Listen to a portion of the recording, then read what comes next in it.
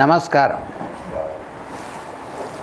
ఆపదామపహర్తారం దాతారం సర్వసంపదాం లోకాభిరామం శ్రీరామం భూయో భూయో నమామ్యహం. హనుమానంజనాసూనుః వాయుపుత్రో మహాబలః రామేష్టః ఫల్గుణసఖः పింగాక్షో అమితవిక్రమः ఉదధిక్రమణశ్చైవ సీతాశోకవినాశకः లక్ష్మణప్రాణదాతా చ దశగ్రీవస్య దర్పః. ద్వాదశైతాని నామాని కపీంద్రస్య మహాత్మనః. స్వాపకాలే పఠేన్నిత్యం యాత్రాకాలే విశేషతః. తస్య మృత్యుభయం నాస్తి సర్వత్ర విజయీ భవేత్. తస్య మృత్యుభయం నాస్తి సర్వత్ర విజయీ భవేత్. తస్య మృత్యుభయం నాస్తి సర్వత్ర విజయీ భవేత్. శ్రీరాఘవం దశరథాత్మజమప్రమేయం సీతాపతిం రత్నదీపం ఆజానుబాహుమరవిందదళాయతాక్షం రామం నిశాచర వినాశకరం నమామి. రామాయ రామభద్రాయ రామచంద్రాయ వేధసే నాథాయ నాథాయ సీతాయా పతయే నమః. నమోస్తు రామాయ సలక్ష్మణాయ దేవ్యై చ తస్యై జనకాత్మజాయై. నమోస్తు రుద్రేంద్రమానిలేభ్యో నమోస్తు చంద్రార్కమరుద్గణేభ్యః. తదున్నసం పాండురదంతమవ్రణం శుచిస్మితం పద్మపలాసలోచనం. ద్రక్ష్యేతదార్యావదనం కదాన్వహం ప్రసన్నతారాధిపతుల్యదనం. కూతం రామ రామేతి మధురం మధురాక్షరం ఆరుహ్య కవితాశాఖాం వందే వాల్మీకికోకిలం. సర్వవేదార్థతత్వజ్ఞం వేదార్థప్రతిపాదకం పురాణసారసర్వజ్ఞం కృష్ణం వందే జగద్గురుం. ఓం అస్మద్గురుభ్యో నమః.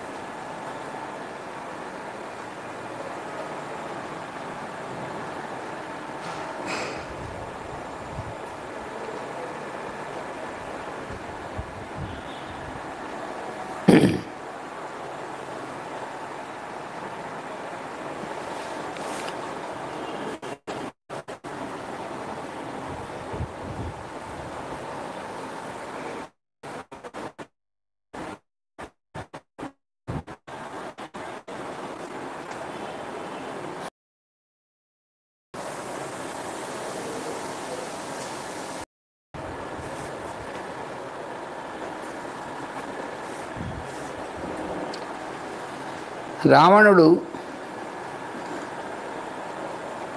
మాతలి పైకి అంటే ఇంద్రుడి యొక్క సారథి, అంటే ప్రస్తుతం రాముని యొక్క సారథిగా ఉన్నటువంటి మాతలి పైకి చాలా తీక్ష్ణమైనటువంటి బాణాలతో ప్రహారం చేశాడు.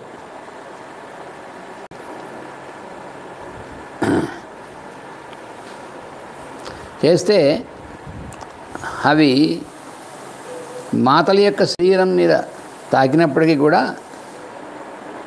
కొంచెం కూడా ఆయనకేమీ బాధ కలగలేదు.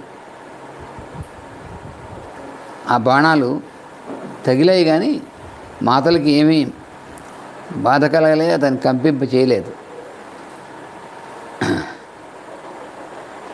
అయితే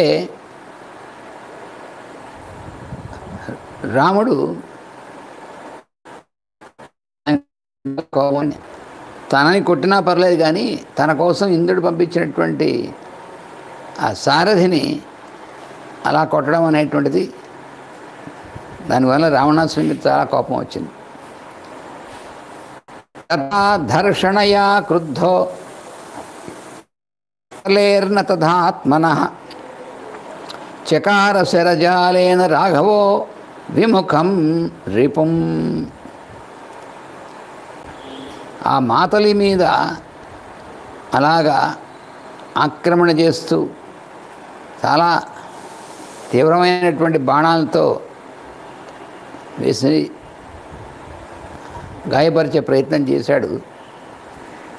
దానివల్ల రాముడు చాలా కోపం వచ్చింది.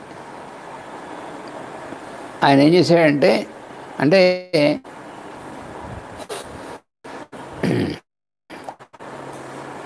చకార శరజాలేన రాఘవో విముఖం రిపుం. తన యొక్క బాణముల యొక్క జాలంతో, అంటే బాణాలని ఎలా వేశాడంటే రాముడు చుట్టూ ఒక జాలం అలినట్టుగా వేశాడనమాట రావణాసురుడి మీద.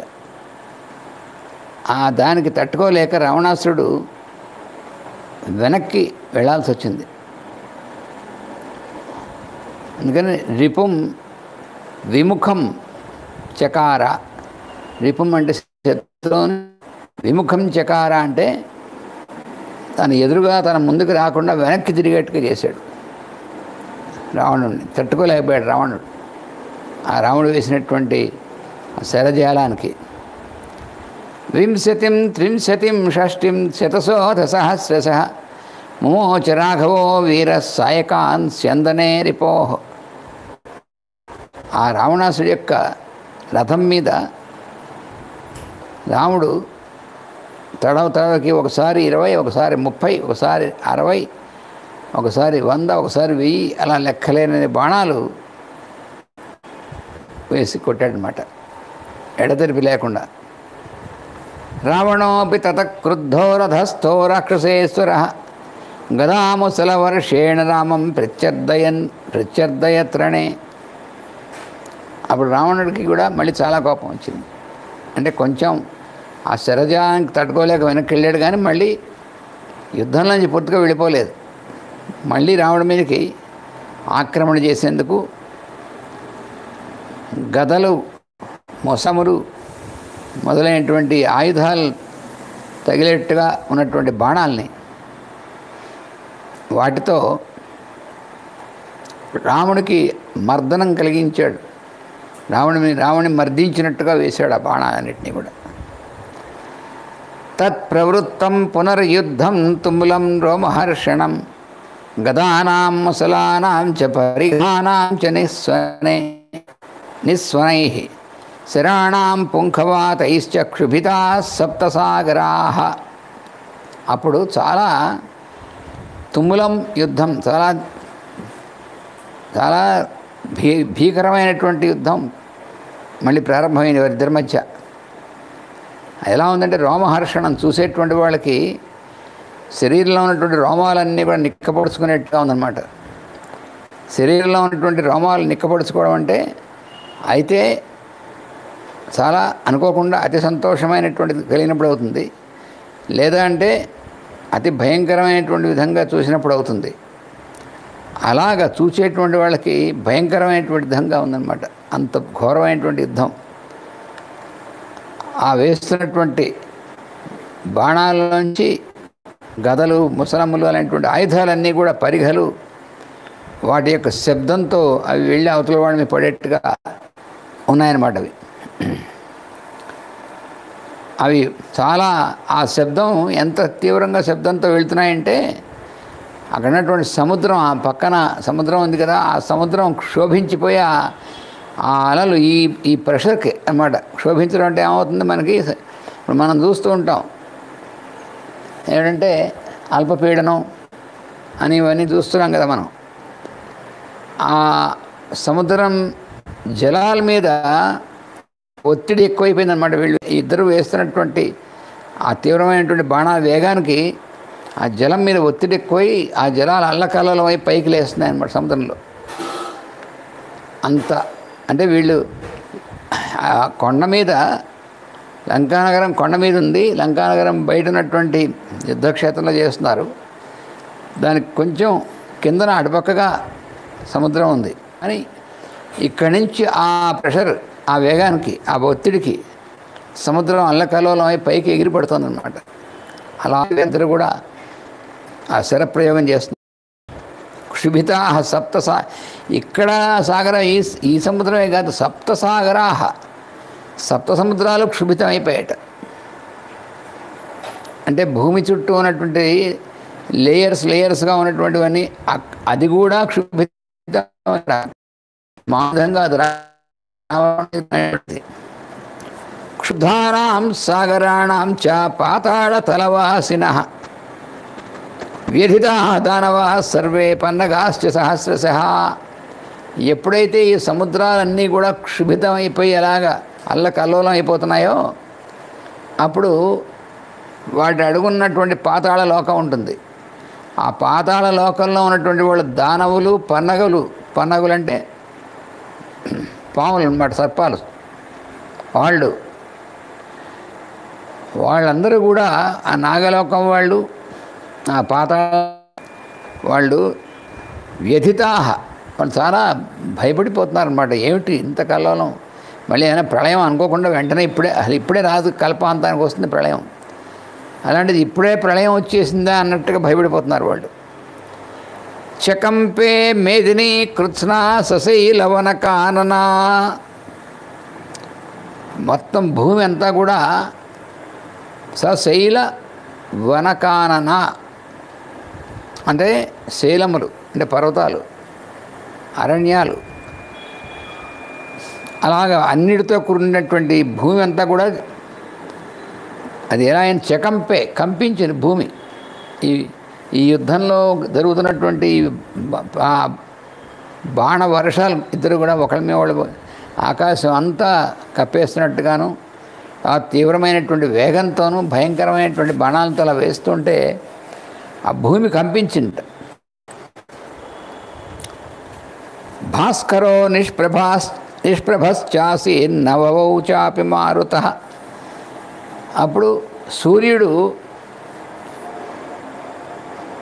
మంచి తేజస్సుతో ఉంటాడు. అలాంటి సూర్యుడి తేజస్సు కూడా అలా తగ్గిపోయింది. ఈ బాణాలు అలా అంతరిక్షం అంతా అలా వ్యాపించి అలా ఉండేప్పటికీ సూర్యుడి యొక్క తేజస్సు తగ్గిపోయింది. వాయువు కూడా వాయువు కూడా గతి అనేటువంటి మూమెంట్. గతి అంటే వాయువు కూడా ఒక చోటు నుంచి ఒక చోటు మూవ్ అవడానికి, కదలడానికి వాయువునే కదలలేకుండా అయిపోతుంట. అంటే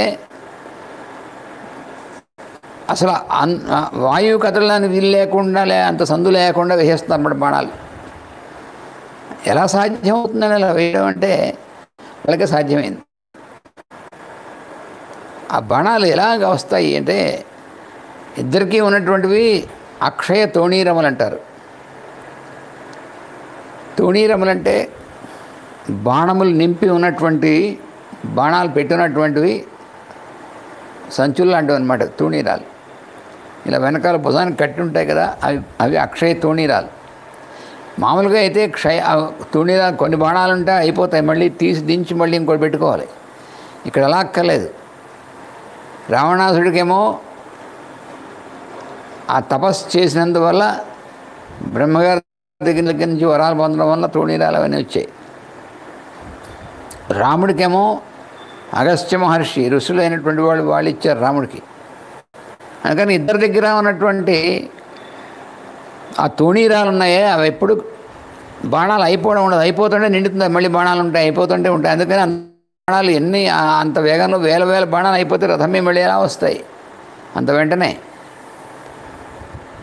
ఆయన తూణీరాలలో అక్షయమైనటువంటి విధంగా మళ్ళీ బాణాలు వస్తున్నాయి కాబట్టి ఎన్నైనా సరే వేసి పారేస్తున్నారు. దాంతో ఆకాశం అంతా నిండిపోతుంది.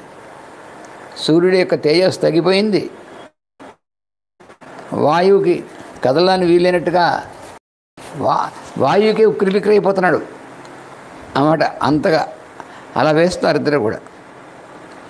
తతో దేవాస్ గంధర్వా సిద్ధాశ్చ పరమర్షయః చింతాం ఆపేదిరే సర్వే సకిన్నర మహోరగాః. అంతరిక్షంలో యుద్ధం చూడడానికి అందరూ కూడా అక్కడ వేంచేసి ఉన్నటువంటి వాళ్ళందరూ ఉన్నారే, వాళ్ళందరూ దేవతలు, గంధర్వులు, సిద్ధులు, కిన్నరులు, ఋషులు, వాళ్ళందరూ కూడా చింతాం ఆపేదిరే. వాళ్ళందరూ కూడా మనసులో చింత ఏర్పడింది. ఏమిటిది ఇది యుద్ధం, ఎలా పరిణమిస్తుంది యుద్ధం అంతా కూడాను? ఇది ప్రళయం వచ్చినట్టుగా అంత ప్రళయ భయంకరంగా ఉంది యుద్ధం అంతా. ఎలా పరిణమిస్తుంది ఏమిటి అని అందరూ కూడా చింతితులయ్యారట వాళ్ళు. అప్పుడు వాళ్ళందరూ కూడా ఏం చేశారంటే, స్వస్తి గో బ్రాహ్మణేభ్యస్తు లోకాస్తిష్టంతు శాశ్వతాః జయతాం రాఘవ సంఖ్యే రావణం రాక్షసేశ్వరం. వాళ్ళందరూ ఒక్కసారి అందరూ కలిసి స్వస్తి మంత్రాలు చదివారట. ఆ స్వస్తి మంత్రాలు చదువుతూ వాళ్ళు సంకల్పించారట. ఏమనంటే, గోబ్రాహ్మణేభ్యస్తు స్వస్తి. గోవులు, బ్రాహ్మణులు అందరికి కూడా స్వస్తి. దానివల్ల లోకాః తిష్టంతు శాశ్వతాః.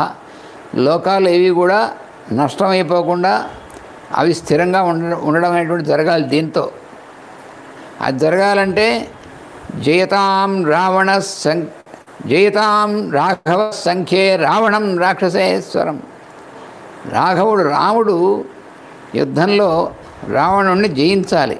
అలా జయించినప్పుడు అప్పుడు వాళ్ళందరికీ కూడా అభయం అనేటువంటిది కలుగుతుంది. గోబ్రాహ్మణ బిల్లు వాళ్ళందరికీ స్వస్తి కలుగుతుంది, లోకాలన్నిటికీ అభయం కలుగుతుంది.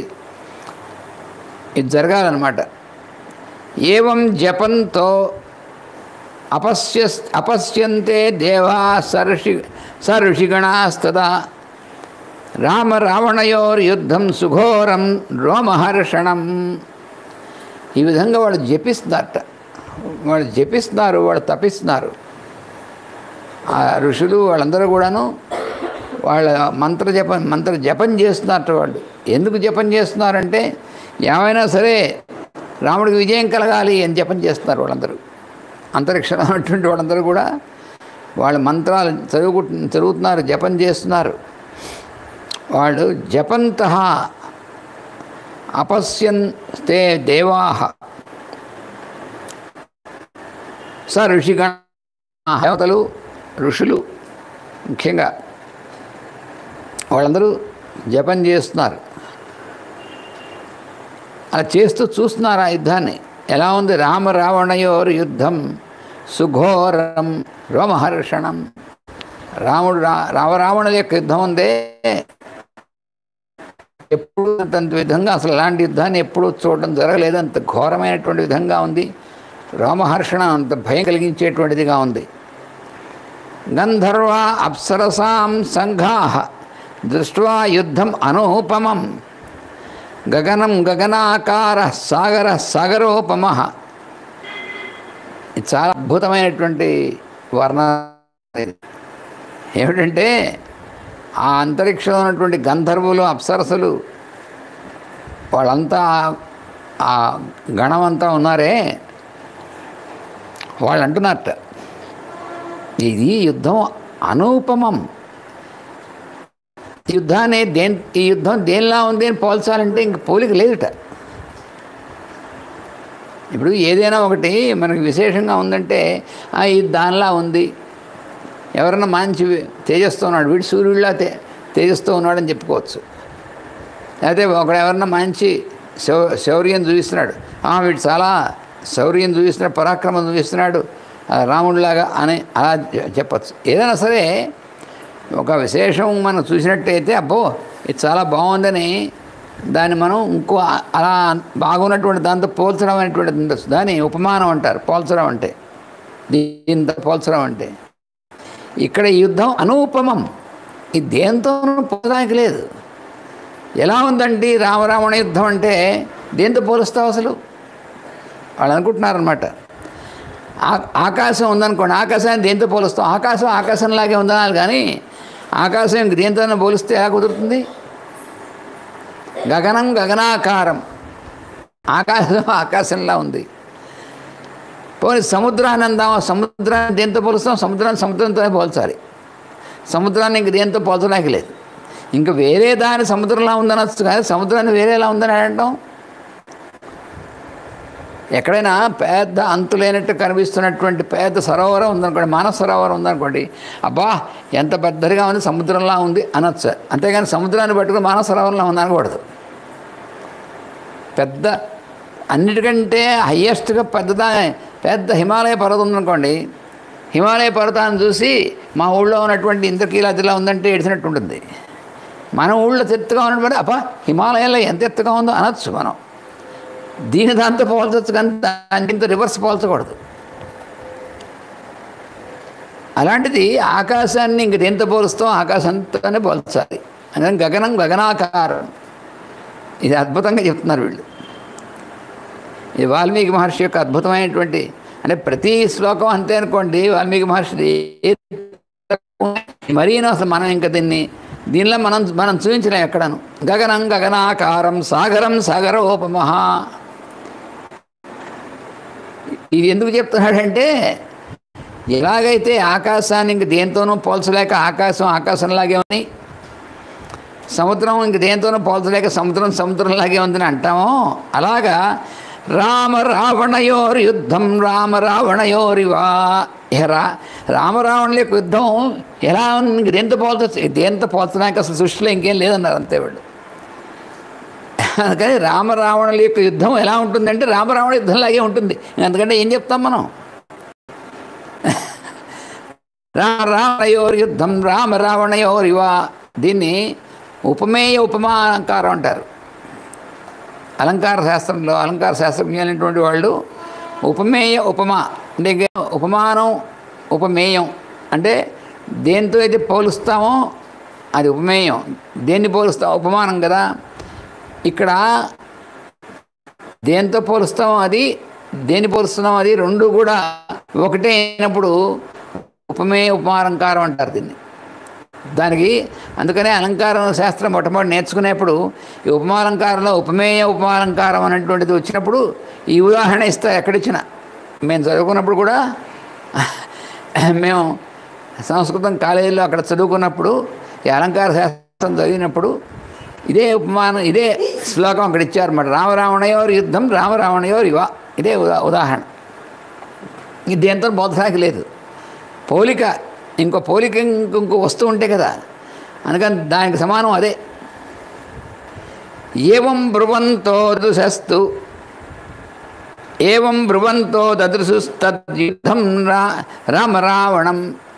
ఆ పైన ఉన్నటువంటి వాళ్ళ అప్సరసులు వాళ్ళందరూ గంధర్వులు వాళ్ళందరూ కూడాను ఈ రామరావణ యుద్ధమే అని చెప్పి అనుకుంటూ ఆ యుద్ధాన్ని వాళ్ళు చూసి ఆశ్చర్యపోతున్నారు. ఏమి యుద్ధం, ఇది ఎక్కడుంది అసలు? సృష్టిలో ఇంతకుముందు ఎప్పుడు ఇలాంటి యుద్ధం చూడలేదు. తత క్రోధాన్ మహాబాహు రఘూణాం కీర్తివర్ధన సంధాయ ధనుషా రామ శరం ఆసీవిషోపమం రావణస్య శిరో అచ్చిందన్ శ్రీమజ్జ్వలితకుండలం తత్శిరః పతితం భూమో దృష్టం లోకే లోకైస్త్రిభిస్తదా. అప్పుడు ఇక రాముడు ఏం చేశాడంటే క్రోధాత్, ఇంకా ఎంతసేపటికి వీడి దేవట్లేదని చాలా కోపంతో మహాబాహు అయినటువంటి వాడు రాముడు. మహాబాహు అనేటువంటి మాటకి ఇంతకుముందు కూడా మనం చెప్పుకున్నాం. బాహు అంటే ఈ చేతు భుజాల దగ్గర నుంచి ఉన్నటువంటి అంత. మహాబాహు అంటే పెద్ద, ఎంత చాలా పొడుగుంది, ఇంత పెద్దది అనేటువంటిది అర్థం కాదు. దాన్ని మామూలుగా మహాబాహు అంటే అనొచ్చు, వాడు చాలా మహాబాహు అంటే. కానీ ఇక్కడ రాముడి విషయంలో అలా కాదు. ఈయన యొక్క బాహువులు అనేటువంటివి సృష్టి మొత్తాన్ని కూడా వ్యాపించి ఉంటాయి. అలా మరి విష్ణుమూర్తి కదా, విష్ణు అంటేనే వ్యాపించినటువంటి వాడు. అందుకని ఈయన మహాబాహు. ఆ మహాబాహు అనేటువంటిది విష్ణువుకి చెందినటువంటిది. రాముడికి కూడా అదే అంటున్నాడు అనమాట. అందుకని రఘూణాం కీర్తివర్ధన, ఎటువంటి వాడు? రఘువంశంలో పుట్టినటువంటి వాళ్ళందరికీ కూడా వాళ్ళందరి యొక్క కీర్తిని వృద్ధి చేసేటువంటి వాడు రాముడు. రఘువంశం, రఘు మహారాజు యొక్క వంశంలో అవతరించినటువంటి వాడు. అందుకని ఆ వంశానికి రఘువంశం అని వచ్చింది, రఘు మహారాజు వల్ల. రాముడి యొక్క ఇంకా తాత ముత్తాత అన్నమాట. అందుకని ఆ రఘు మహారాజు యొక్క వంశంలో ఉన్నటువంటి వాళ్ళందరికీ కూడా కీర్తిని ఇనువడింపజేసేటువంటి వాడు. అటువంటి రాముడు ధనుష ఆసీ విశోపమం శరం సంధాయ, ఆ ధనుస్సుకి చాలా భయంకరమైనటువంటి విషయం లాగా ఉన్నటువంటిది, విషంతో కూడినటువంటి సర్పాలని దాని బాణాన్ని సంధి దాన్ని లాగి వదిలాడు. వదిలితే ఏమైందో దూసుకుని వెళ్ళి రావణస్య శిరో అచ్చిందన్, మంచి కుండలాలు బాగా జ్వలితమైనటువంటివి, దగదగా మెరిసిపోతున్నటువంటి కుండలాలతో కూడినటువంటి శిరస్సు, ఆ శిరస్సుని ఇలా చెక్కుకుంటూ వెళ్ళిపోయింట రావణాసుడి యొక్క శిరస్సుకి. తత్ శిర పతితం భూమౌ, ఆ శిరస్సు వెళ్ళి కింద పడింది నేల మీద. అలా ఆ శిరస్సును ఛేదించేప్పటికి దృష్టం లోకై స్త్రీభిస్తదా, మూడు లోకాలు ముల్లోకాల్లో ఉన్నటువంటి వాళ్ళందరూ కూడా ఆశ్చర్యపోయి చూస్తున్నారు. రావణాసుడి యొక్క తలగాస్తా వెళ్ళిపోయి ఒక రాముడు వేసినటువంటి బాణంలో చెక్కుకుని వెళ్ళిపోయి భూమి పడిపోయిందని అంత ఆశ్చర్యం చూస్తున్నారట. ఇంతట్లోకి ఏం జరిగింది? తస్యైవ సదృశం చ అన్యత్ రావణస్య ఉత్థితం శిరః, ఎప్పుడైతే ఆ శిరస్సు మళ్ళీ తస్య సదృశం చ, దానితో సమానంగానే ఉన్నటువంటి అన్యత్ శిరః, ఇంకో శిరస్సు మొలుచుకొచ్చింట వాడికి, వాడి దింపదగా. తత్క్షిప్తం క్షిప్రహస్తేన రామేణ క్షిప్రకారిణ ద్వితీయం రావణ శిరచ్ఛిన్నం సంయతి సాయకై. రాముడు వెంటనే చూసేట, వీడి దుంపదగా వీడు శిరస్సు ఖండించి కింద పడిపోతే మళ్ళీ ఇంకో శిరస్సు మొలుచుకొచ్చింది. కింద పడిపోయిన శిరస్సు పైకి లేచిలా అతుకోవడం కాదు అది, ఆ శిరస్సు అలా పడిపోతే ఇంకో శిరస్సు పైకి ఇలా మొలుచుకొచ్చిండు.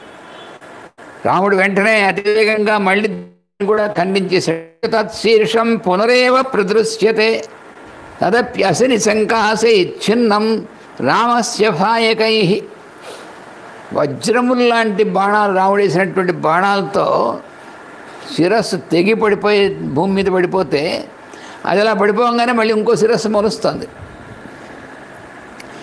ఏవమేవ శతం ఛిన్నం శిరసాం తుల్యవర్చసాం నచైవ రావణస్యాంతో దృశ్యతే జీవితక్షయే. ఈ రకంగా 100 సార్లు రాముడు రావణాసుడి యొక్క శిరస్సుని ఖండిస్తే 100 సార్లు మళ్ళీ కొత్త శిరస్సు వచ్చిన 100 అలా ఉంది. ఎక్కడ అంతు లేకుండా శిరస్సు మొలుస్తుంది వెంటనే వాడికి. ఇది ఎక్కడికి పోవాలి? అది పోనీ 1, 2, 3 అయితే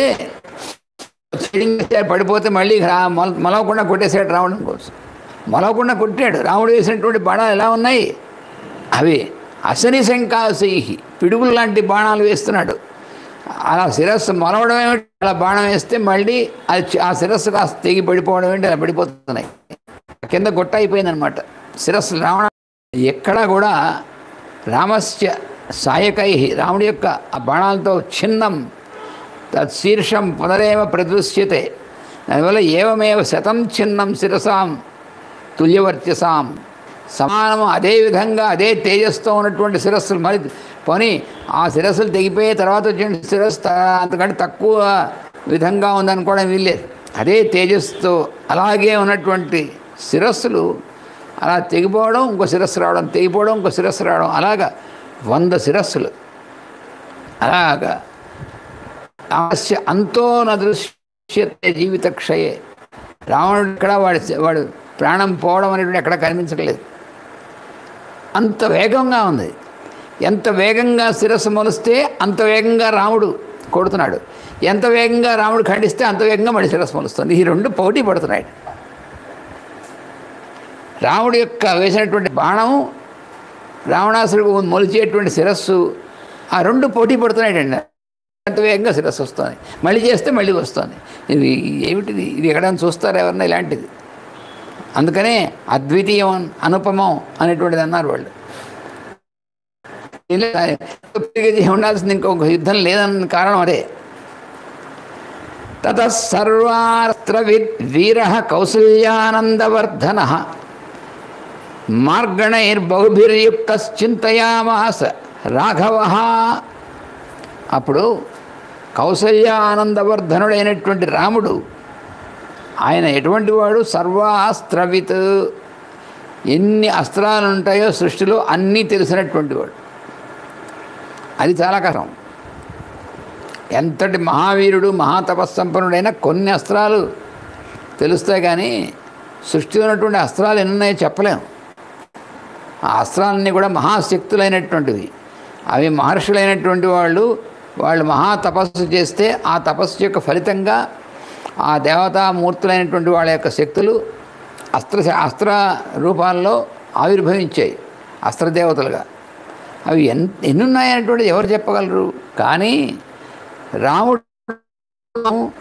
సర్వాస్త్రవిత్, ఎన్ని అస్త్రాలు ఉన్నాయో అన్నీ తెలిసినటువంటి వాడు రాముడు.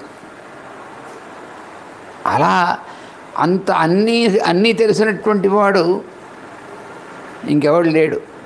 ఇంకోడు ఉన్నాడంటే ఎవరు? మహేశ్వరుడు తప్ప, శివుడు తప్ప.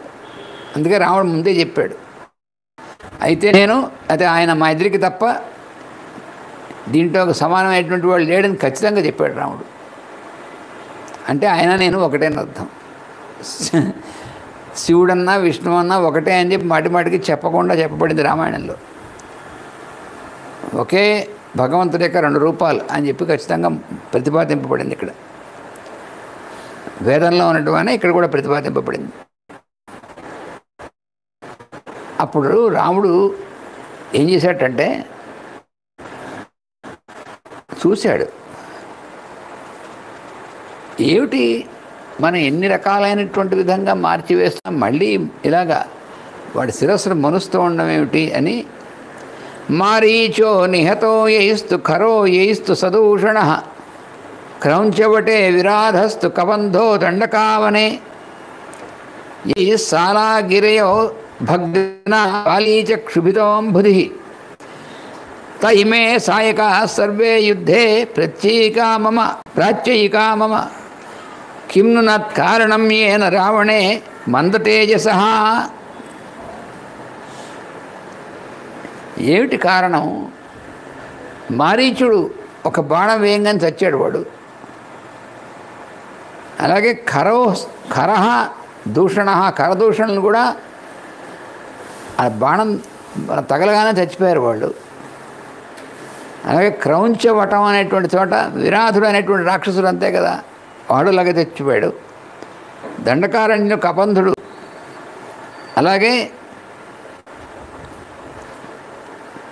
సుగ్రీవుడితో మొట్టమొదట పరిచయం అయినప్పుడు, స్నేహమైనప్పుడు వాలిని నేను వధించి నిన్ను రక్షిస్తాను అని రాముడు చెప్పినప్పుడు, వాలి మహాబలవంతుడు, నీ బలం ఏమిటో నాకు నిరూపణ చేయని సుగ్రీవుడు అడిగితే, రాముడు వేసినటువంటి ఒకటే ఒక బాణం 7 సాలవృక్షాలని ఖండించేస్తూ వెళ్ళి భూమిలోకి దిగబడిపోయి మళ్ళీ వెనక్కి వచ్చి రాముడి దగ్గర ఉంది. అలాంటిది అలా జరిగింది కదా. అప్పుడు వాలీచ క్షుభిత సంహరింపబడ్డాడు.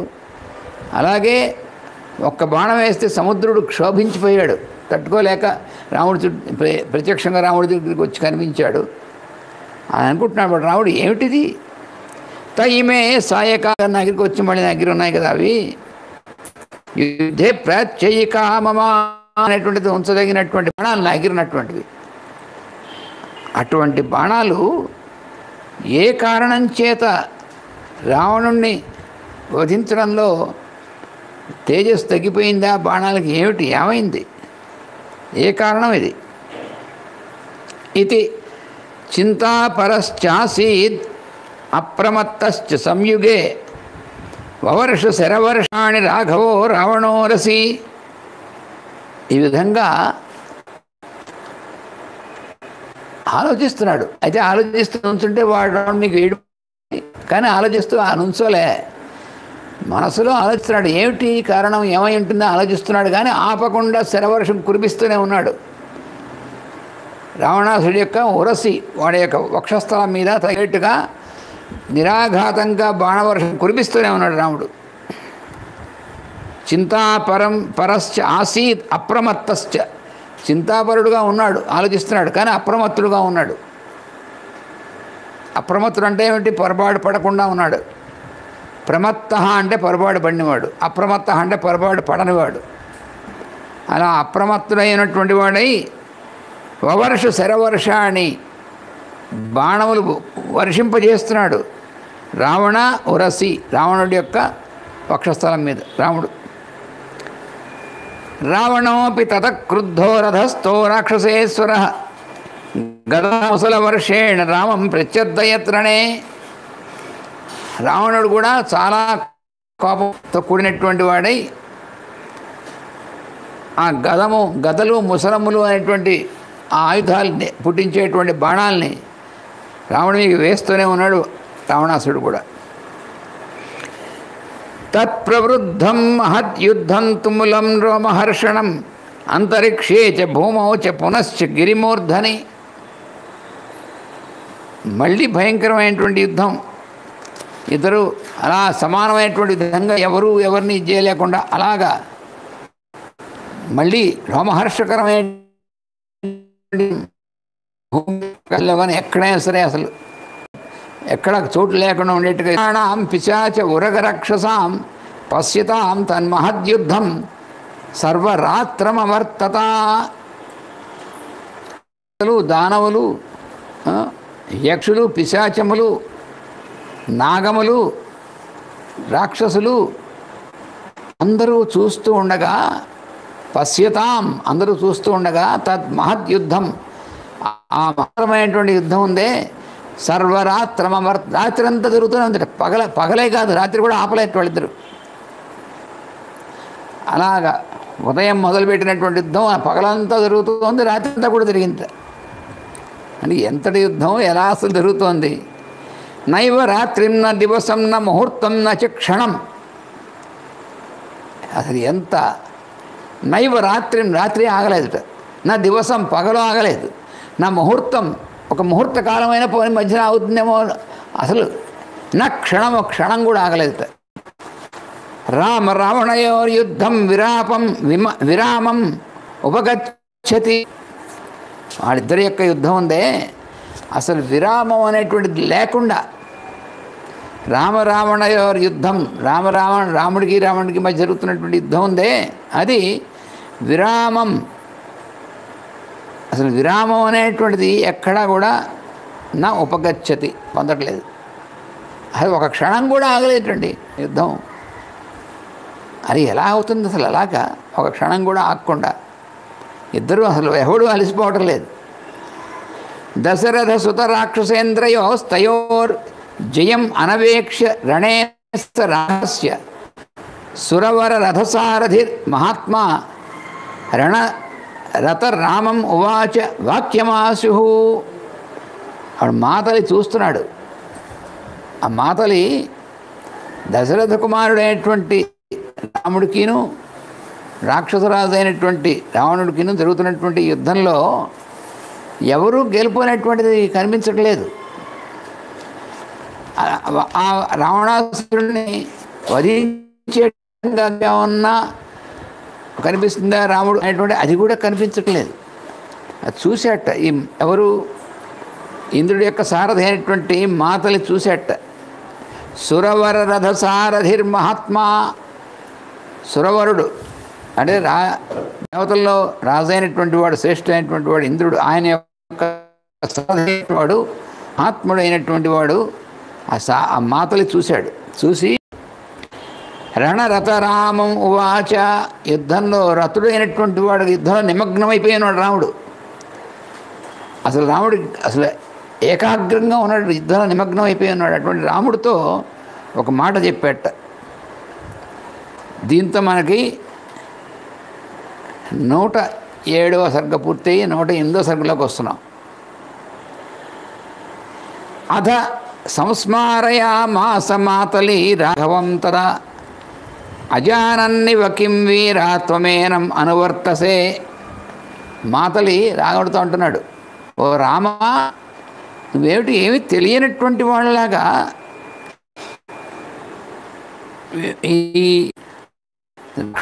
ఈ వీడితో అలాంటి యుద్ధం చేస్తున్నావేమిటి? నువ్వు మహానంగా యుద్ధం చేస్తున్నావు, అలా చేస్తున్నావేమిటి? విసృజాస్మై వధాయ త్వమస్త్రం పైతామహం ప్రభో వినాశకాల కథితో సురై సోద్యవర్తతే.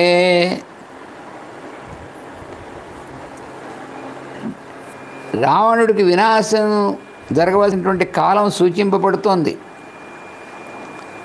ఇదే తగిన కాలం యొక్క వధకి. అందుకని ఓ ప్రభు, నువ్వు పైతామహం అంటే పితామహుడు అయినటువంటి వాడంటే బ్రహ్మగారు, పైతామహం అస్త్రం, బ్రహ్మగారి యొక్క అస్త్రాన్ని అస్మై వధాయ, ఈ రావణాసుడి యొక్క వధ కోసం విసృజ అని మాతలి గుర్తు చేశాడు.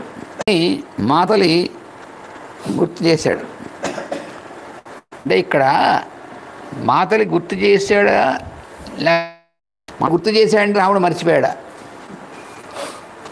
అంటే బ్రహ్మాస్త్రాన్ని మర్చిపోయాడా? బ్రహ్మాస్త్రం వేయాలని మర్చిపోయాడా?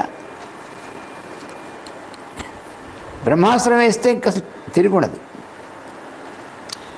ఎందుకు రాముడు అప్పటిదాకా బ్రహ్మాస్త్రాన్ని సంధించలేదు అంటే రావణుడి యొక్క వధ సమయం వచ్చింది అని ఇప్పుడు చెప్పాడు మాతలి. అది ఎవరు చెప్పారు? మాతలకి దేవతలు చెప్తున్నారు. చెప్పు రాముడు సోద్య యహ, ఏదైతే సురై దేవతల చేత అద్య కథిత ఇవాళ చెప్పబడింది. ఎవరికి? వాడికి మాతలకి చెప్పారు. ఈరోజు రావణుడి యొక్క వధకి తగినటువంటి రోజు, అందుకని ఇవాళ ఏమైనా సరే వాడికి వినాశకాలం ఈ రోజునే. కాబట్టి ఇవాళ రాముడు తప్పకుండా వాడిని వధించాలి అని చెప్పారు. కాబట్టి ఇవాళ దానికి అనుకూలమైనటువంటి సమయం వచ్చింది. కాబట్టి ఎందుకు నువ్వు ఆలస్యం చేస్తున్నావు? బ్రహ్మగారి యొక్క వరం, బ్రహ్మగారి వరం కాదు, బ్రహ్మగారి యొక్క అస్త్రం, అది బ్రహ్మాస్త్రం, దాన్ని సంధించు, లేకపోతే వాళ్ళు లొంగడు. అయితే రాముడు మర్చిపోయాడా? ఎందుకు ఇప్పుడు దాకా సంధించలేదు అని మనకి అంటే బ్రహ్మాస్త్రాన్ని ప్రయోగించినప్పుడు చాలా తీవ్రంగా ఉంటుంది. ఎందుకంటే సృష్టికర అయినటువంటి వాడు ఆయన్ని సంబంధించినటువంటి మహాశక్తి అది బ్రహ్మాస్త్రం. అది ప్రళయకాలంలో ఉన్నటువంటి దీనిలాగా ఉంటుంది. రాముడి యొక్క ఉద్దేశం ఏమిటంటే బ్రహ్మాస్త్రాన్ని ప్రయోగించకుండా వీలైనంత వరకు వాడిని వధిద్దామని ప్రయత్నించాడు.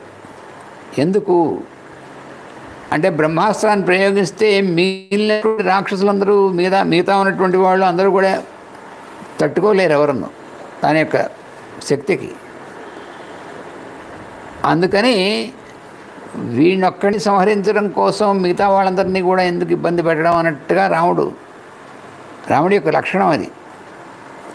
తప్పనిసరి అయింది కాబట్టి రావణుడిని వధిస్తున్నాడు. కానీ ముందే చెప్పాడు కదా, రావణుడు కనుక సీతను తీసుకొచ్చి అప్పచెప్పి శరణు పెడితే వాడికైనా సరే శరణిస్తాను, అభయం ఇస్తాను నేను అని రాముడు ప్రతిజ్ఞ చేశాడు. అందుకని ఈ క్షణం వరకు కూడా ఒకవేళ వాడికి ఏమైనా బుద్ధి మారి రామ శరణు శరణు అంటే మాత్రం ఆపేసేసి వాడిని అభయం ఇస్తాడు రాముడు. అందులో సందేహం ఏమీ లేదు. అదేమిటయ్యా ఇప్పటిదాకా వాడు ఇన్ని ఘోరమైనటువంటి చేశాడు, నీకు శత్రువు అని అన్నా కూడా రాముడికి శత్రుభావం ఎవరి మీద లేదు, ఎప్పుడూ ఉండదు. వాడు వధార్హుడైనటువంటి వాడు వధార్హుడుగానే పనిచేస్తుంటే వాడిని వధించడం అనేటువంటిది అది తన ద్వారా జరిగేటువంటిది తప్ప, అందువలన బ్రహ్మాస్త్రాన్ని ఇప్పటికా ఉపయోగించకపోవడానికి కారణం ఏమిటంటే, ఒకటి వాడికి ఇంకా వాడి సమయం ఇప్పుడు వచ్చింది. అది రాముడికి తెలుసా తెలియదా? రాముడికి ఎప్పుడు ఏది చేయాలో తెలిసినటువంటి వాడు, ఎప్పుడు ఎలా ప్రయోగించాలి ఎప్పుడు ఏం చేయాలో తెలిసినటువంటి వాడు. అందుకే ఇంకా ప్రయోగించలేదు. ఇప్పుడు వాడిని వధించవలసిన కాలం వచ్చిందని రాముడికి తెలుసు. వాళ్ళు కూడా దేవతలు కూడా మాతల ద్వారా గుర్తు చేశారు రాముడికి. అంతేగాని మాతలు గుర్తు చేసేంతవరకు ఇప్పుడు ఏ సమయంలో ఏం చేయాలో తెలిసినటువంటి వాడు. అందుకని బ్రహ్మాస్త్రం అనేటువంటిది ఉపయోగిస్తే దానివల్ల మిగిలినటువంటి వాళ్ళకి క్లేశం కాకూడదు అనేటువంటిది రాముడి యొక్క హృదయంలో ఉన్నటువంటిది అన్నమాట. అది ఆయన యొక్క కరుణ సంబంధించినటువంటిది. అందుకని ఇలా మాతలి ఇలా చెప్పాడు. చెప్తే తతః సంస్మారితో రామస్తేన వాక్యేన మాతలై, మాతలి యొక్క వాక్యంలో సంస్మారిత అంటే అస్త్రం అది వెయ్యాలని గుర్తు చేయబడినటువంటి వాడా అని అర్థం కాదు. అస్త్రాన్ని గుర్తు చేసుకున్నాడని అర్థం, అస్త్రాన్ని స్మరించాడని అర్థం. మామూలుగా ఎలా ఉంటుందంటే జాగ్రత్తగా చదువుకోకపోతే వాడు గుర్తు చేసేలాగైనా గుర్తు రాలేదనేటువంటిది అలా కాదు. వాడు వెయ్యాలనేటువంటి విషయం వాడు చెప్పాడు. చెప్పిందా అందుకని తతః సంస్మారితో రామస్తేన వాక్యేన మాతలై, మాతల యొక్క ఆ వాక్యం చేత రాముడు ఆ అస్త్రాన్ని స్మరించాడు. జగ్రాహసు శరం దీప్తం నిశ్వసంతమివోరగం. ఉరగం అంటే పాము ఎలా అయితే బుస్స కొడుతుందో అలాగా నిశ్వసంతం, అలా దీర్ఘమైనటువంటి ఉచ్ఛ్వాసం చేస్తున్నటువంటి వాడు మట్టినటువంటి శరం ఆ బాణాన్ని తీసి యం తస్మై ప్రథమం ప్రాదాత్ అగస్త్యో భగవాన్ ఋషి. ఏ బాణం తీశాడు ఇప్పుడంటే ప్రథమం మొట్టమొదటిసారిగా అగస్త్య మహర్షి ఏ బాణం అయితే ఇచ్చాడో ఆ బాణాన్ని తీశాడు ఇప్పుడు. అంటే దీనికి అంతా లింక్ ఉంది, ఊరికనే మామూలు వ్యవహారం కాదు అది. అది బాణంలో కల్లా ఉత్తమమైనటువంటి బాణం అయి ఉండాలి బ్రహ్మాస్త్రం సంధించినప్పుడు. అది అది ఎలాంటిది అంటే అగస్త్య మహర్షి మొట్టమొదటిగా ఇచ్చినటువంటి బాణం అది. మనకి బాలరామాయణంలో మొట్టమొదటి సర్గం చూసారు, అందులో అగస్త్యవచనాత్ చైవ జగ్రారం శరాసనం అని చెప్పాడు అక్కడ వాల్మీకి మహర్షి. అక్కడి నుంచి ఇక్కడ లింక్ అన్నమాట. వీటన్నిటికీ కూడా బీజములన్నీ అక్కడ వేసాడు వాల్మీకి మహర్షి. ఆ మొట్టమొదటి సర్గ బాలకాండలో మొదటి సర్గ కదా బాలరామాయణం అంటే. ఆ మొదటి సర్గలో ఈ తర్వాత జరిగేటువంటి బీజాలు అక్కడ వేసేసాడు ఆయన. అది వాల్మీకిలో ఉన్నటువంటి చమత్కారం. అందుకని అక్కడ ఏమన్నాడు, అగస్త్యవచనాత్ చైవ జగ్రాహ ఐంద్రం శరాసనం. అటువంటి అద్భుతమైనటువంటి బాణాన్ని ఏం చేశాడంటే బ్రహ్మదత్తం మహద్బాణం అమోఘం యుధి వీర్యవాన్. ఆ అగస్త్య మహర్షికి ఎవరిచ్చారు? బ్రహ్మదత్తం, బ్రహ్మగారు స్వయంగా ఇచ్చాడు. చూసారా ఆ బాణం ఎక్కడి నుంచి వచ్చిన మూలం ఎక్కడి నుంచి వచ్చింది? బ్రహ్మగారు అగస్త్య మహర్షికి ఇచ్చాడు. అగస్త్య మహర్షి రాముడికి ఇచ్చాడు. ఆ బ్రహ్మాస్త్రం అనుసంధానం చేయడం కోసం ఆ బాణం తీసాడు. అంత లింక్ ఉందన్నమాట అక్కడ. అంటే అందులో బ్రహ్మగారి యొక్క తేజస్సు అంతా ఆ బాణంలో ఉంది. అందుకని ఆ బ్రహ్మాస్త్రం స్మరించి ఆ బాణం తీసాడు. అది ఎటువంటిది? అమోఘం యుధి వీర్యవాన్. మోహం అనేటువంటిది లేకుండా పడేటువంటి బాణం అది. బ్రహ్మణా నిర్మితం పూర్వం ఇంద్రార్థం అమిత ఔజస దత్తం సురపతే పూర్వం త్రిలోకజయకాంక్షిణ. పూర్వం 3 లోకాల్లోనూ విజయం పొందడం సురపతి అయినటువంటి ఇంద్రుడికి దత్తం ఇవ్వబడింది ఆ బాణం. ఎవరి చేత? బ్రహ్మగారి చేత. అది యస్య వాజేషు పవన ఫలే పావక భాస్కరౌ శరీరం ఆకాశమయం గౌరవే మేరుమందరౌ.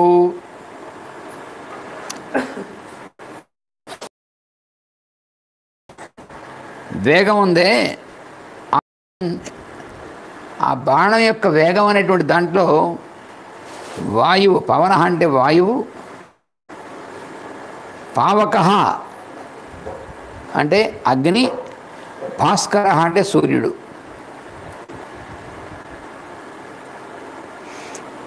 తర్వాత శరీరం ఆకాశమయం. దాని యొక్క ఆ బాణం యొక్క శరీరం ఉందే అంటే ఏమిటి? బాణం యొక్క శరీరం ఏమిటండి? మళ్ళీ మనకు అనుమానం వస్తుంది. బాణం అంటే ప్రాణం లేనటువంటిది కదా, ఏదో ఒక దీంతో తయారు చేయబడినటువంటిది, ప్రాణం లేనటువంటిది, దానికి శరీరం ఏమిటి అని. అందుకనే పొరపాటు పడకుండా ఉండడానికి చెప్తున్నాడు ఆయన.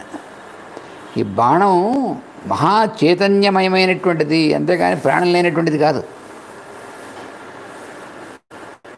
మనకి విష్ణుమూర్తి చేతిలో ఉన్నటువంటి అస్త్రాలు ఉంటాయి, ఆయుధాలు.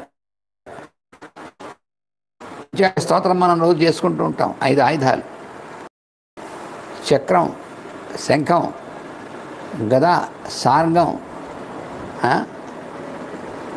సార్గం అంటే శారంగం అంటే ఏమిటిది? బాణం అన్నమాట. అలాగే ఆయన చేతిలో ఉన్నటువంటిది. ఇంకోటి గద, ఇంకోటి ఖడ్గం, నందకం అనేటువంటి ఖడ్గం. ఈ ఆయుధాలు లైఫ్లెస్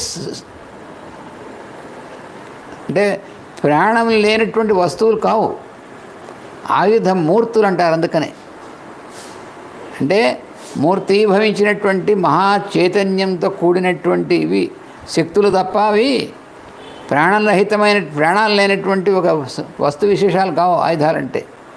అలాగే ఈ బాణం, ఏ బాణం అయితే ఇప్పుడు బ్రహ్మాస్త్రాన్ని సంధించడం కోసం రాముడు తీశాడో, ఆ బాణం ఆరిజిన్ ఎక్కడి నుంచి చెప్పాడు, మూలం ఎక్కడి నుంచి? బ్రహ్మగారు ఇంద్రుడు ఇచ్చాడు.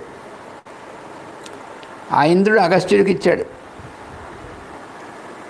అగస్త్యుడి దగ్గర నుంచి రాముడికి ఇవ్వబడి, అగస్త్యుడు రాముడికి ఇచ్చాడు. దాని లక్షణం ఏమిటి? ఆ బాణం యొక్క లక్షణం అంటే యస్య వాజేషు, దాని యొక్క శక్తి అనేటువంటిది, ఆ వేగం ఉందే, ఆ వేగం అనేటువంటిది పవన ఫలే పావక భాస్కరవు. వేగమేమో వాయు దగ్గర నుంచి వచ్చినటువంటిది. దాని యొక్క ఫలం అనే యొక్క తీక్ష్ణ అనేటువంటిదేమో, ఆ తీక్ష్ణత అనేటువంటిది ఉంటే అదేమో అగ్ని, సూర్యుడి దగ్గర నుంచి వచ్చినటువంటిది. దాని శరీరం ఆకాశమయం. ఆకాశమయం అంటే అర్థం ఏమిటి?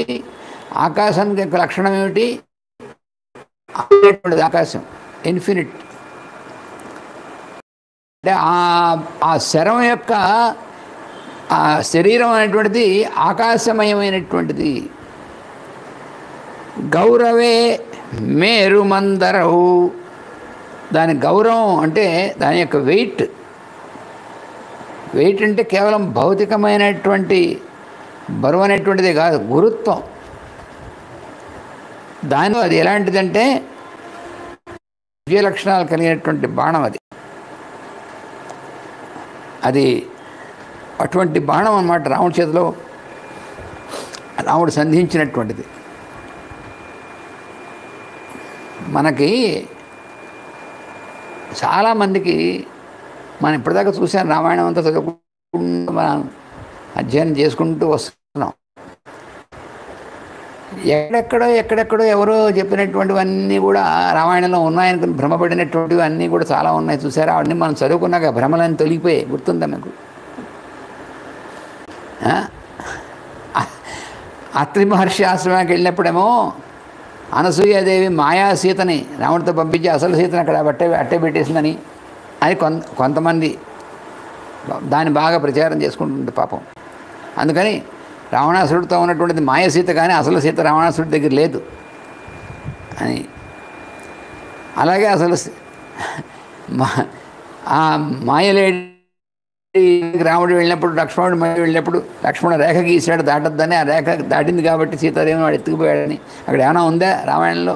వాల్మీకి రామాయణం లేదు. అంటే చూసినట్టు అదే కాలంలో ఉన్నటువంటి వాడు వాల్మీకి మహర్షి. అందుకనే సాంప్రదంలోకే అని ఒక్క మాటలో చెప్పాడు మొట్టమొదటి. కోన్వస్మిన్ సాంప్రదంలోకే రాముని గురించి అడిగినప్పుడు ఇప్పుడున్నటువంటి వాడు ఎవడైనా ఉన్నాడా సమకాలీనంగా అని అడిగాడు నారద మహర్షిని. ఎప్పుడో ఉన్నవాడు సంగతి కాదు నేను అడుగుతుందో నారద, వాడు ఉన్నాడు కాబట్టి నీకు ఈ ప్రశ్న వచ్చిందని అప్పుడు రాముడి గురించి చెప్పాడు నారద మహర్షి. అందుకని రాముడితో సమకాలీనమైనటువంటి కాలంలో ఉన్నటువంటి వాడు వాల్మీకి మహర్షి. అప్పుడు ఏం జరిగింది, ఏది ఎలా జరిగింది అనేటువంటిది అది చెప్పగలిగినటువంటి వాడు వాల్మీకి మాత్రమే. అందుకని సీతారాముల యొక్క కథ అనేటువంటి విషయంలో మనకి అత్యంత ప్రామాణికమైనటువంటిది వాల్మీకి రామాయణమే. దాంట్లో నిస్సందేహంగాను. మరి ఇవన్నీ ఎలా వచ్చాయి అనేటువంటిది ప్రశ్న అక్కడ వచ్చాయంటే భక్తి, దాని మీద భక్తి. వాళ్ళందరూ కూడా రాముడు ఎందు సీత ఎందు భక్తితో ఉన్నటువంటి వాళ్ళు, మహాభక్తులైనటువంటి వాళ్ళు. వాళ్ళకి అలా ధ్యానంలో అలా వాళ్ళ ఎక్స్పీరియన్స్లో వచ్చినటువంటిది వాళ్ళందరూ రాసి ఉండదు, తప్పేం లేదు అది. కానీ ఫ్యాక్ట్, ఎందుకంటే ఇది రామాయణం అనేటువంటిది, రామాయణం మహాభారతం అనేటువంటివి ఇతిహాసములు. ఇతిహాసం అంటే హిస్టరీ. హిస్టరీ ఎలా ఉండాలి? ఫ్యాక్ట్ ఏం జరిగిందో అది ఉండాలి. కానీ ఇప్పుడు మన తప్పుడు ఇండియన్ హిస్టరీలో ఉండకూడదు. ఇప్పుడు మన భారతదేశం ఇండియన్ హిస్టరీ అనేటువంటిది మనకు కావాలని తప్పుడు వదులుకున్నాం కదా, దౌర్జన్యమైనటువంటి వాళ్ళం. యూనివర్సిటీకి ఎవరికి వెళ్ళినా ఎక్కడ వెళ్ళినా కూడా ఏదైతే మనకు కావాలని తప్పించి రాసినటువంటి వాళ్ళు రాశారో, మన పరిపాలించినటువంటి వాళ్ళు, దౌర్భాగ్యం అంటే 70 ఏళ్ళు దాటిపోయిన తర్వాత స్వాతంత్రం వచ్చిందో కూడా అదే జరుపుకుంటున్నాం మనం. కానీ రామాయణ మహాభారతాలు అనేటువంటివి ఇతిహాసములు అలాంటి పనులు, దౌర్భాగ్య పనులు చేసినటువంటివి కావు, ఎవడు మార్చడానికి వీలైనటువంటిది. అందుకని వాల్మీకి మహర్షి స్వయంగా ఆ కాలంలో ఉండి అప్పుడు ఏం జరిగిందో అనేటువంటి స్పష్టంగా ఇచ్చినటువంటిది మహాప్రమాణం. కాబట్టి దీని ప్రమాణమే మన ప్రమాణం. అంతేగాని అలాగే రామరావణ యుద్ధంలో కూడా అలాంటివి వచ్చాయి కదా. మరి ఈయన లోపల అమృతభాండం పెట్టుకున్నాడు, అందుకని ఎంతసేపు ఆ పైకి వేస్తాడు, అక్కడ వేయాలని చేస్తే కూడా ఆయనకి ఇష్టం లేదు, అలా వేయడం తప్పు, ధర్మవిరుద్ధం అని అటువంటి బాణాన్ని హనుమంతుడు వాయుదేవుని తండ్రి గారు దాన్ని ఆ పైకి వేశాడు, కానీ దాన్ని తిప్పండి కొంచెం అని ప్రార్థించాడు హనుమంతుడు. దానివల్ల ఆ వాయుదేవుడు అలా తిప్పేవాడు అది వెళ్ళి వాడి యొక్క కటువంటి అమృత భాండాన్ని భేదించింది. అప్పుడు చచ్చిపోయాడు రావణాసురుడు అని. ఎందుకు అంతాను జరిగినట్టు వాల్మీకి మహర్షి చెప్తున్నాడు కదా, ఘంటాపథంగాను. దాన్ని ప్రమాణంగా మనం తీసుకోవాలి. కానీ మన ఊహలు ఎందుకు మనకి? అంటే మంచి కవులుగా బ్రహ్మాండమైనటువంటి వర్ణనలు చేసుకోవచ్చు. ఆ వర్ణనలు చేసుకోవడమే కానీ జరిగింది ఫ్యాక్ట్ని మాత్రం మార్చకూడదు. హిస్టరీ అంటే ఫ్యాక్చువల్గా ఉండాలి, యాక్చువల్గాను. అందుకని ఇందులో ఏం చెప్పబడిందో అదే మనకి ప్రమాణం అని మరొకసారి మనం గుర్తుంచుకోవాలి. అది ఇక్కడ. అందుకే ఇక్కడ ఖచ్చితంగా ఆ బ్రహ్మాస్త్రం వేసేటువంటి బాణాన్ని ఎటువంటి ఆ బాణం యొక్క ఆరిజిన్, దాని మూలం ఏమిటి, దాని శక్తి ఏమిటి, ఏది ఎంతో చేయబడింది బాణం, దాని యొక్క మహిమ ఏమిటి, అవన్నీ కూడా ఎందుకు చెప్తున్నాడు ఎంతగానే. బాణం తీసి వేసేసాడని చెప్పేయచ్చుగా. తీశాడు, బ్రహ్మాస్త్రం సంధించాడు, వేసేసాడు. అలా కాకుండా ఇవన్నీ ఎందుకు చెప్తున్నాడు వాల్మీకి మహర్షి అంటే తర్వాత మళ్ళీ ఈ కాలంలో ఇలాంటివన్నీ వస్తాయని ముందు చేశానికి. అందుకని దాని గురించి కంప్లీట్గా దాని గురించినటువంటి విషయం అంతా కూడా చెప్తున్నాడు, ఇంకా చెప్తున్నాడు. దాని యొక్క మహిమ, దాని యొక్క ప్రభావం, ఇస్తున్నటువంటి బాణం యొక్క ప్రభావం మొత్తం ఇంకా చెప్తున్నాడు. అది మనం రేపు చెప్పుకుంటాం. స్వస్తి ప్రజాభ్యః పరిపాలయంతాం బ్రాహ్మణేభ్యః శుభమస్తు నిత్యం. లోకాః సమస్తాః సుఖినో భవంతు. లోకాః సమస్తాః సుఖినో భవంతు. లోకాః సమస్తాః సుఖినో భవంతు. ఓం శాంతి. వాసుదేవ వాసుదేవ వాసుదేవ.